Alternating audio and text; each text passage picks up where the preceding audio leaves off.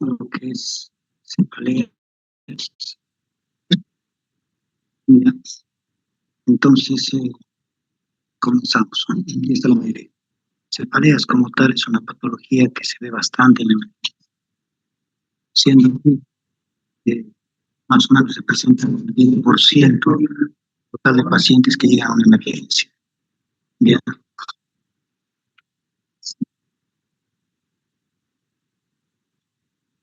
Justamente les menciono, del 1 al 10% de las consultas de urgencias son una cefalea.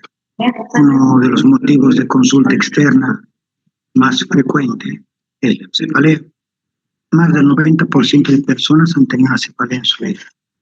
Importantes cifras, la automedicación y abuso de tratamiento se ha suscitado justamente en cefaleas y se manifiesta a cualquier edad. Pero, como sabemos, es más en el género femenino que en cualquiera de los grupos etarios. No sé, dice que le entregó. Bueno, entonces lo inicial siempre es descartar alguna patología orgánica y hay que entender que la magnitud del dolor no representa verdaderamente a lo que estás viendo. ¿Qué significará aquello? De que puedo tener un fuerte dolor, tan solo ser una cefalea tensional, o puedo tener un dolor muy leve y ser un tumor. Entonces, en el cerebro, literalmente como el cerebro no duele, solo las meninges, mucho va a depender de la compresión del mismo para que pueda generar y repercutir, aún en último término, en lo que va a venir a ser justamente la patología que ha generado la cefalea.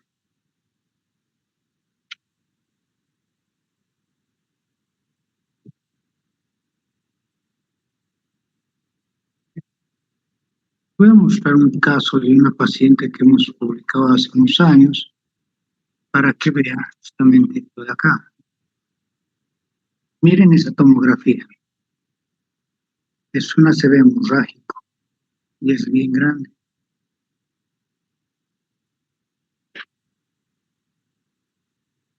Ya. Y les comento, el paciente llegó a un tercer nivel de acá de Cochabamba. Ya. Llega, y además que era conocida por el servicio porque venía cada 7 a 10 días, cuando no sería el dolor, cefalea. ¿Ya? Ella tomaba ergotamínicos todo el tiempo. Como ustedes bien saben, la ergotamina como tal terminó siendo un medicamento que se ha desechado en todo el mundo, pero para variar, en Bolivia no. La ergotamina fue de primera línea hasta el 2010 más o menos como tratamiento, pero llegó un punto en el cual la ergotamina ya no tuvo una repercusión real en lo que viene a ser eso. ¿Ya? ¿Por qué? La ergotamina como tal, lo que hacía no es que calmaba el dolor como tal. Me van a entender. Si recuerdan, como el cerebro no duele, lo que duele son las meninges.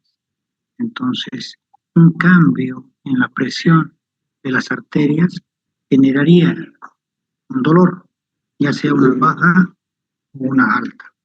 ¿Ya? O sea, una hipotensión o una hipertensión. ¿Ya? Ahora, la ergotamina como tal lo que generaba, lo que genera en todo caso, es una parálisis de la musculatura lisa de lo que es el músculo que tiene la arteria. Al generar esa parálisis, lo que genera en segundo término es que supuestamente ya no duela. Hasta ahí está bien. Pero como lo paraliza en seco, literalmente, o sea, no deja que se mueva más la arteria, genera una lesión en lo que son los vasovasorum, o sea, los vasos que llegan a los vasos. Y de esa manera tienes microlesiones en lo que es la arteria misma, la pared. Entonces, lo que hay que hacer verdaderamente en este sentido es entender de que después de eso, una pequeña subida de presión generaba necrosis y lesiones, múltiples lesiones en la arteria. Entonces, llegado el momento, tenías este tipo de sangrados y nadie se daba cuenta en su momento. ¿Ya? Entonces, ese tipo de situaciones hay que ver. Esta paciente, les decía, 65 años, mujer, llega a la guardia de un tercer nivel de acá de Cochabamba, La ven, la secuestran, le ponen un fisiológico para vía y nada más, le ponen un aire. La paciente a las 4 horas ya no responde, plasma de 3, la intuban, pasa terapia, a las 4 horas de eso le sacan esta tomografía y a las 4 horas de eso fallece. ¿Por qué? Porque seguía recibiendo ergotamina. Y ella misma se automedicaba con más ergotamina. Entonces, hoy en día, la ergotamina se ha descontinuado en todo el mundo, como les vuelvo a repetir, menos en Bolivia. Hoy en día, la primera elección ante una cefalea es AINES. Entonces, tendríamos como cefaleas primarias y secundarias. Las primarias, no hay alteración estructural subyacente, la cefalea es una enfermedad. Las secundarias es una alteración estructural, tóxica o metabólica. La cefalea es un síntoma. Es por eso que en las cefaleas primarias existen 3 tipos: la cefalea en racimos, la cefalea por tensión y la cefalea de tipo migraña. La cefalea en racimos, si se acuerdan, la característica es que el dolor es alrededor del globo ocular. Es un dolor grave, de una intensidad muy alta. Y la cefalea por tensión, en cambio, es un dolor generalmente frontal o sin todo el cráneo o lo craneano, pero es desde lo más leve hasta lo más grave. Y la migraña literalmente es un dolor grave, pero que va acompañado de otros síntomas: náuseas, vómitos, cambios visuales, y que te da justamente un dolor en el hemicráneo, en la mitad, en una de las mitades. Secundarias, como pueden ver, se inicia a partir de después de los 50 años. La cefalea intensa de inicio súbito, en general tiene un inicio gradual de dolor, características progresivas, inicio reciente en pacientes con neoplasias o HIV, la historia de caída o decreciente, hallazgos sistémicos, fiebres, rigidez de nuca, rash cutáneo, signos neurológicos focales, alteraciones de la conciencia, convulsiones, y la cefalea generalmente está asociada al edema de papila, pero tomando en cuenta que la papila como tal, para que te pueda generar un edema, tendría que pasar por lo menos 4 días. No es como nos han enseñado de que el edema de papila se ve su boca. Y otra cosa sería importante, estudiar ahora cefalea por cefalea. Las cefaleas primarias, entonces vamos a ver estos 3 puntos. Primero estaría lo que es la migraña.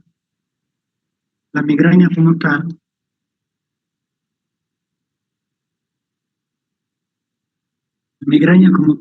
se ve en el 10% de la población.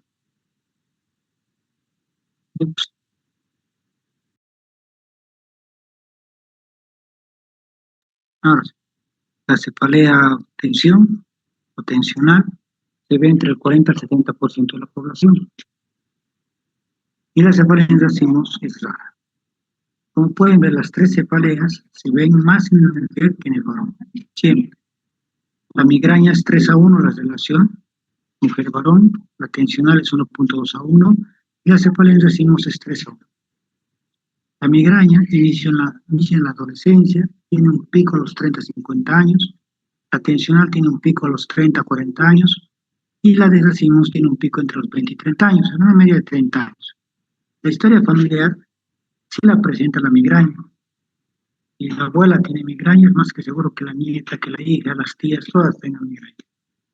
La cefalea tensional y la cefalea en racimos no tiene una historia familiar. Ahora, la migraña tiene varios factores precipitantes: el clima, estrés, alimentos, alcohol, periodo premenstrual en la mujer. La cefalea tensional, en cambio, por lógica, es el estrés. Y la cefalea en racimos es el alcohol en el 70% de los casos. Hablando de la clínica de estas mismas 3 cefaleas, diríamos que la migraña es un dolor frontotemporal unilateral. El dolor es pulsátil. El paciente te va a referir de que está presentando un dolor como si estuviera latiendo un corazón dentro de su cabeza. La intensidad es moderada grave, dura bastante, dura de 4 a 72 horas. El periodo generalmente o te da en la mañana cuando te estás levantando o al final de la tarde, porque tiene que haber un estímulo, ¿no? La presentación del paciente, el paciente prefiere reposar en un ambiente calmado y con poca luz, y el aura se ve pero en el 20%. Después vamos a ver bien qué es el aura. Otros hallazgos serían que miden que siempre va acompañado con náuseas, vómitos, fotofobia, fonofobia y osmofobia. La cefalea tensional, en cambio, puede ser bilateral frontal, bilateral frontoparietal o puede ser inclusive holocraniano. Es un dolor opresivo, de leve a moderado, puede durar de 30 minutos hasta 7 días. El periodo, generalmente en el final de la tarde. La presentación del paciente. La cefalea no impide las actividades del paciente. El aura, puede no haber aura. Otros hallazgos. Hiperestesia e hipertonía de la musculatura pericranial. La cefalea en racimos, en cambio, es rara, es periorbitaria, hay que siempre hacer un diagnóstico diferencial con dengue. El dolor es insoportable, dura de 15 a 180 minutos, generalmente es nocturno y el paciente se presenta muy agitado, a veces golpea la cabeza en la pared y amenaza hasta con suicidarse porque el dolor es insoportable. No tiene aura y miren que va acompañado de hiperemia conjuntival, lagrimeo, puede ser inclusive epífora, o sea que lagrimeo solo por un lado, congestión nasal, sudor facial, miosis, tosis y edema palpebral.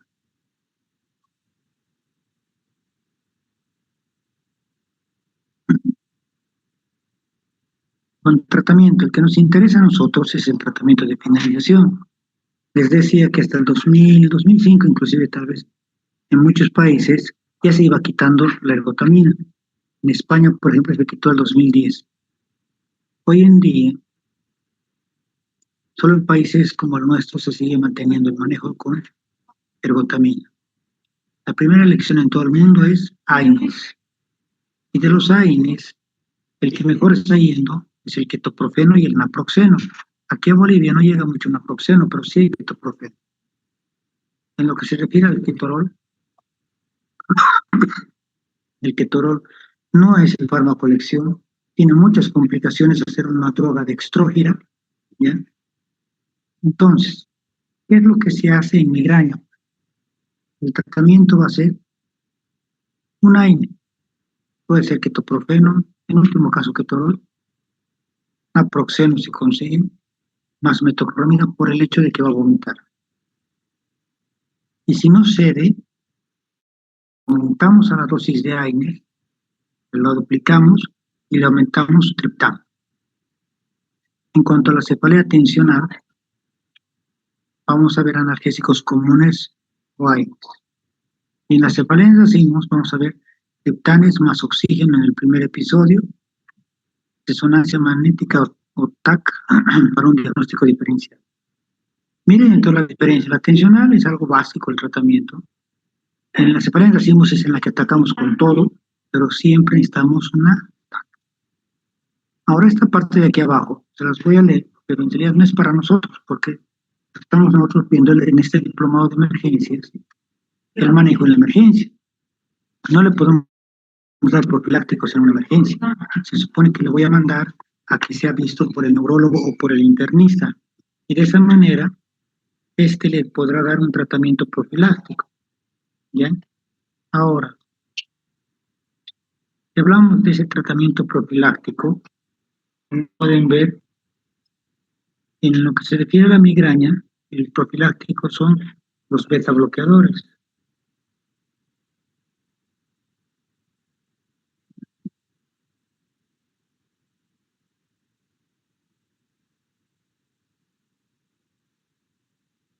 ¿Ya? Son los beta bloqueadores. Otras opciones son antidepresivos, anticonvulsivantes, la misma flunaricina, que es un vasodilatador central. ¿Cuándo van a dar esto? Cuando tenga el paciente más de 3 a 4 crisis por mes. En cuanto a la cefalea tensional, en cambio, los profilácticos son antidepresivos tricíclicos.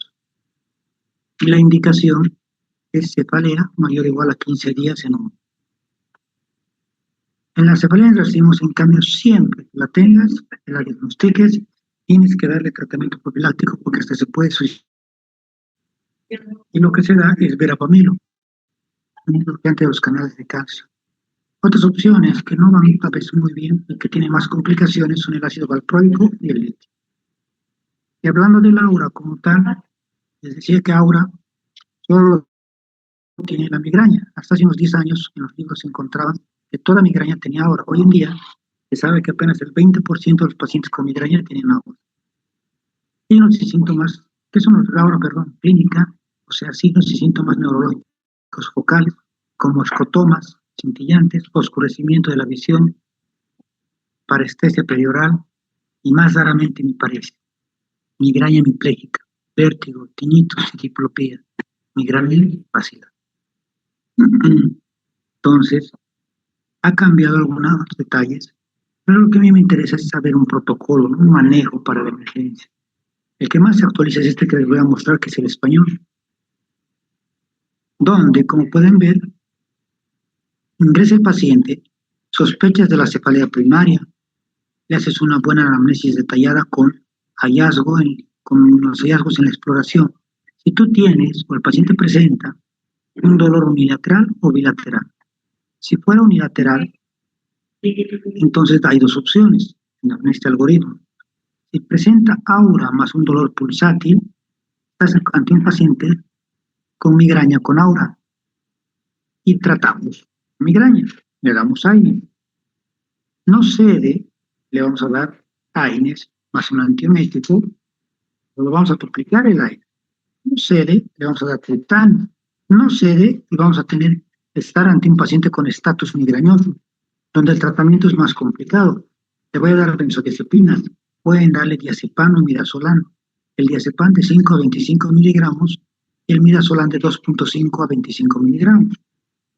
Al otro lado, tendremos un dolor unilateral que está asociado a un lagrimeo, rinorrea o síndrome de Horner, y si esto lo presenta más un dolor periodontario severo, sí, está con un dolor hemicraniano paroxístico, le podemos iniciar un AINE como es la indometacina, 50 miligramos cada 8 horas. Si no, hasta ante una cefalea de Horton, y directamente lo que hemos aprendido, ¿qué le vamos a dar? Triptanes. Le vamos a dar sumatriptán 6 miligramos subcutáneo más 8 litros de oxígeno. Y esos 8 litros, estamos buscando, si se dan cuenta, una mascarilla simple, con una constante de 5 por 8, 40 más 21, 71 de PO2. Pues estamos buscando una oxigenación alta, pero no porque le falte oxígeno.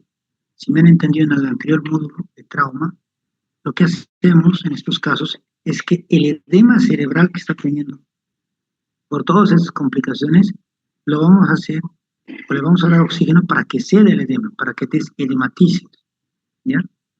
Al otro lado, miren que tenemos un paciente con dolor bilateral.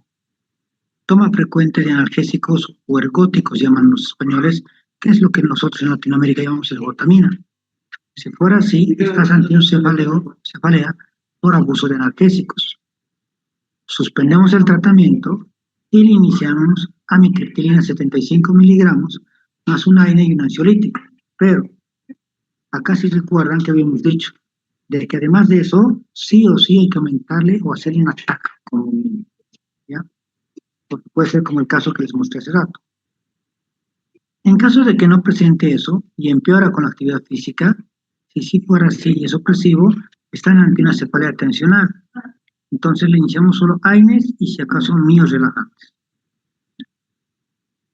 Y por último tendríamos a la cefalea, que viene a ser la cefalea secundaria, en la cual hacemos igual una anamnesis detallada y vemos qué se hay en la exploración. Opción 1, que la exploración neurológica está normal y le das analgesia y le mantienes en observación y cesa el dolor, perfecto.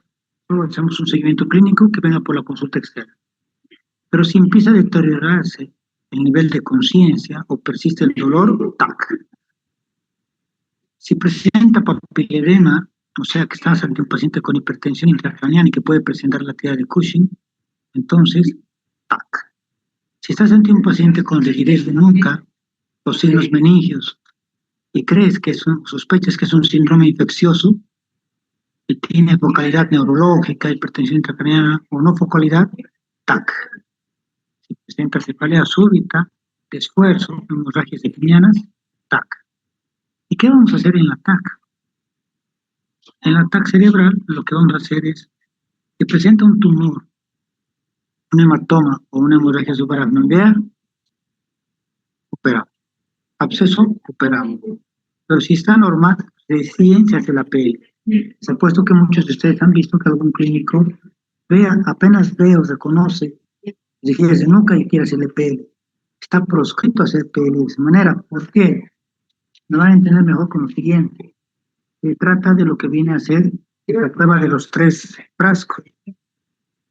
Haces la PL, te dejas la aguja y empieza a gotear un frasquito. Si por mala suerte cuando estabas entrando le has lesionado un vaso, va a salir sangre.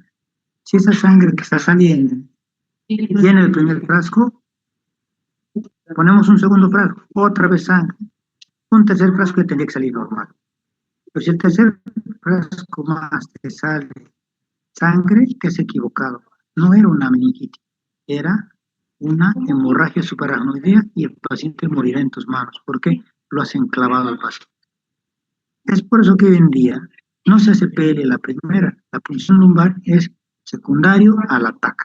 Un ataque normal y le hago PL. ¿Ya? También puede verse lo que es el síndrome febril agudo, que no necesariamente es un síndrome meningio y que la cefalea es secundaria a un proceso febril. El dolor en determinadas alteraciones de la calota, por ejemplo, si hay un engrosamiento doloroso de la arteria temporal y vemos que está elevada la BCG, sospechamos una arteritis de la temporal. E iniciamos prednisona 1 miligramo kilogramo día durante 3 a 4 semanas, disminuyendo gradualmente la dosis. Ahora, si vemos que hay infección del oído, de los senos paranasales o la parte dental, sacamos radiografía o TAC, vemos que hay otitis, mastoiditis o sinusitis y damos el antibiótico más la escala analgésica. Y con eso hemos terminado el temario para hoy día. Mañana vamos a llevar 2 temas para que se pasen bien. Ácido isquémico, que ya les he dicho que está en el libro, y el tema de coma. No sé si tuvieran alguna duda, doctores, alguna pregunta. No, buenas tardes. Yo tengo una pregunta. En caso de sospechar de ataque de trigémino, ¿qué damos? No te estoy escuchando bien, doc. Un poquito más fuerte. En caso de sospecha de neuralgia del trigémino. Ah, ya. Mira que ahorita es dependiente. Sospechar es neuralgia de trigémino, pero obviamente no es cefalea. Es un dolor que está por fuera, realmente casi llegando a la parte facial, por decirlo de una manera. Y lo que estamos haciendo es netamente, para que me entiendan bien, es una infiltración. Ya no se hace como antes. Miren que el protocolo hasta el 2018 de neuralgia del trigémino antes de la pandemia era darte consecutivamente analgésicos y llegábamos al máximo que era la pregabalina. ¿Ya? Pero hoy en día ya no. O quemamos el ganglio de Passer, si te acuerdas, o la segunda opción es el generar una infiltración ecoguiada alrededor, le ponemos bupivacaína y con eso generamos una analgesia de entre 1 mes hasta 3 meses, como un tratamiento más paliativo, porque hay otros que inclusive operan al paciente con neuralgia de trigémino, pero va muy mal el paciente, por si acaso. Entonces hoy día, lo que se te llega a la guardia una neuralgia de trigémino, AINE es igual, podemos llegar hasta triptanes, pero las más de las veces, y lo mejor, si el dolor es muy fuerte y no cede con los AINES, es meterlo a una sala de ecografía intervencionista, encontramos el ganglio y alrededor le ponemos de 3 a 5 ml de bupivacaína y termina por dolor por 3 a 6 meses. No sé sé si tienen otra duda. Sí, doctor, perdona que le moleste otra vez. Sí. ¿Cuánto tiempo después de haber iniciado la primera dosis de AINE esperamos para dar, digamos, la doble dosis? ¿Cuánto tendríamos que, ¿En qué caso, pero? cuál sería nuestro periodo? ¿En qué caso, pero me estás preguntando? ¿Migraña? Sí, por ejemplo, migraña. Viene una persona, paciente con migraña, iniciamos una dosis de AINES. ¿En cuánto tiempo tendríamos que esperar si es Ya. que al paciente no le pasa el dolor para volver a aumentarlo? Mira, lo tradicional que usan los médicos en Bolivia de manera errónea es el ketorol. Para todos usan ketorol. Cuando el ketorol es dextrógiro, si se acuerdan su libro de Katson, Farmacología, los peores medicamentos son dextrógiros. ¿Por qué? Porque se acumula. Aparte de su efecto adverso, se da por la acumulación de la droga, no se desdobla la droga, porque las cadenas de benceno están hacia el lado derecho. En cambio, las drogas que son levógiras, como el ketoprofeno, el naproxeno, van mejor. Se desdobla rápidamente, entonces el efecto se va a dar de manera más rápida. Pero aún así, el ketorol no es tan mal ahí. Justamente el ketorol lo van a ver más o menos su efecto entre el minuto 3 al minuto 5, lo han debido conocer de ustedes porque han puesto ketorol toda su vida. Pero, ¿qué es lo malo? Que a nivel central como tal el ketorol no, ni siquiera puede llegar a tener un buen efecto. ¿Por qué? Porque no penetra la barrera hematoencefálica por este hecho de que tiene cadenas de benceno a la derecha. El ketoprofeno, en cambio, sí, al minuto 3, 5 ya vas a ver un cambio radical en cuanto a lo que viene a ser una cefalea o una migraña. Entonces, si me preguntas cuánto tiempo espero, va a ser bien diferenciado. Si me hablarías del ketorol como tal, a una dosis básica de 30 miligramos kilogramo peso que está eh, tasado más, o titulado más o menos entre 0,3 a 0,4 miligramos kilogramo peso, estarías consiguiendo la analgesia que tú quieres más o menos a la media hora a una hora. En ese tiempo de una hora no has conseguido nada, el paciente está con mucho dolor, puedes duplicar la dosis, o sea, aumentarle 30 más para que sea 60, tomando en cuenta que la dosis plena del ketorol es hasta 180 miligramos. No puedes dar más que eso, lo intoxicarías al paciente. En el caso del ketoprofeno es un poquito cambiante. ¿Por qué? Porque el ketoprofeno, primero que no viene de 30 a 60, si te acuerdas, viene de 100 y de 150 miligramos endovenoso. El efecto del ketoprofeno, al ser levógiro, lo vas a encontrar hasta los 15 a 20 minutos. Si en ese tiempo no has generado, ahí ya lo puedes duplicar. Lo bueno del ketoprofeno es más noble. ¿Qué significa? Que me puedo pasar inclusive hasta 4, 5, como 6 dosis, o sea, 600 miligramos al día, y no se va a intoxicar tu paciente. O sea, hay cosas beneficiosas. Ahora, el naproxeno es mejor todavía, pero como te digo, es raro que lo encuentres. Si lo encuentras, bienvenido. Puedes ya duplicar la dosis del naproxeno a la primera, pero no vas a encontrarlo, no está llegando, nadie lo sabe usar. Y si no tienes AINES, algo que estoy usando yo bastante, que me está yendo bien, porque a veces no hay ketoprofeno y no hay naproxeno para variar. Paracetamol está yendo muy bien. Pero el paracetamol hay un estudio publicado en México hace más de 6 meses, que no es por simbiosis, pero trabaja mejor con un segundo analgésico de rescate, ¿ya? El error clásico que todos cometen es, por ejemplo, te doy ketorol, no ha funcionado, te aumento ketoprofeno, no ha funcionado, te doy diclofenacos, al final te doy 4 medicamentos que usan el mismo receptor. La lógica sería darte diferentes analgésicos que afecten en diferentes lugares. Hay, no sé si has visto, al menos ya que tú me preguntaste, analgésicos que están sacando actualmente que van directamente a dar un efecto en los receptores kappa. Si se acuerdan, hay 3 receptores kappa, el kappa 1, el 2 y el 3. Estos receptores kappa se creía hasta hace 5 años que solo tenías a la ketamina como tal, pero hoy en día no. Hay varios medicamentos que están lanzando que tienen muy buenos resultados, ¿ya? Podría ser.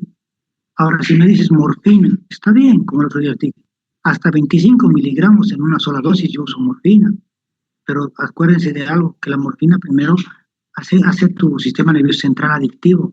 ¿Qué significa? Que la siguiente que te duela te va a pedir más dosis. Entonces, no es una buena droga para saltarme directamente, tengo que escalonar. Entonces, si sigues esos pasos, va bien. Pero también si sabes que es un paciente ya conocido, siempre viene, entonces iníciale las dos cosas. Dale el AINE, pero por el otro lado dale el paracetamol, que tú sabes que va por otra vía, porque el paracetamol tiene sus propios receptores de analgesia en el hígado, entonces se va a desdoblar por otro lado, pues te va a ir mejor. Pero cuidado que le estén dando, como algunas veces veo, que ponen diclofenaco a la solución y le dan ketorol, no vemos cuál la importancia. Hay algunos que no entienden y le ponen hasta 60 miligramos cada 6 horas de ketorol. No porque le dé 200 miligramos cada 6 horas va a mejorar. Ya ha saturado el total de receptores de aire. Entonces no va a funcionar. Otra opción podría ser aire, y a eso podrías, por ejemplo, darle un COX-2. ¿No? Podría ser un COX-2. Así también te saltas y estás haciendo un aire más un COX-2. O sea, la opción es esa, ¿no? En la grada de manejo de los analgésicos de la OMS y de Jordán, es eso. Siempre comienzas con una droga básica. En el sistema nervioso central tendría que ser ketoprofeno o naproxeno para nuestros países. Aquí ketoprofeno. Y a la par paracetamol. Y de ahí ir subiendo. Cosa que el sumatriptano, o sea, los triptanes también no crean que es algo benévolo, tiene sus efectos adversos. Entonces, como que sea tu última opción. He visto que bastante están usando en muchos lugares tramadol. Sería una atrocidad que me den tramadol. ¿Por qué? Porque el tramadol es una droga que genera emesis e hipotensión. Por la hipotensión podría ser que me ayude un poquito en la cefalea, pero y la emesis, cuando tú sabes, les acabo de exponer de que causa náuseas y vómitos la migraña, va a vomitar y el paciente está totalmente recostado, se va a broncoaspirar y se va a morir en tu edad. Entonces, no es una solución el tramador. Por más que es un opiáceo y tú creas que, no, pero es por otra vía, le puedo ayudar. No, el tramador tiene sus indicaciones y no es la cefalea. Después de eso, podrías intentar, si quieres, digamos, algo más alto, como es la ketamina y demás, pero tomando en cuenta de que va a tener alucinaciones una semana tu paciente, por si acaso. Entonces, la idea es eso. Todos los pacientes son diferentes. Ir poco a poco subiendo, pero hasta los topes que te he dado, te va a ir bien. ¿Alguna otra duda que tengas? Muchísimas gracias, doctor. Bien. Bueno, si no tienen más dudas, doctores, ya vamos a parar. Mañana llevamos 2 temas. Ácido isquémico, que quiero que lo lean para que me entiendan las tomografías. Les voy a enseñar. Y acabamos eso y llevamos un tema cortito igual que es coma. ¿Ya? Bueno, que tengan un resto de tarde. Bueno, hasta luego. Gracias, doctor. Hasta luego, doctor. Hasta luego, doctor.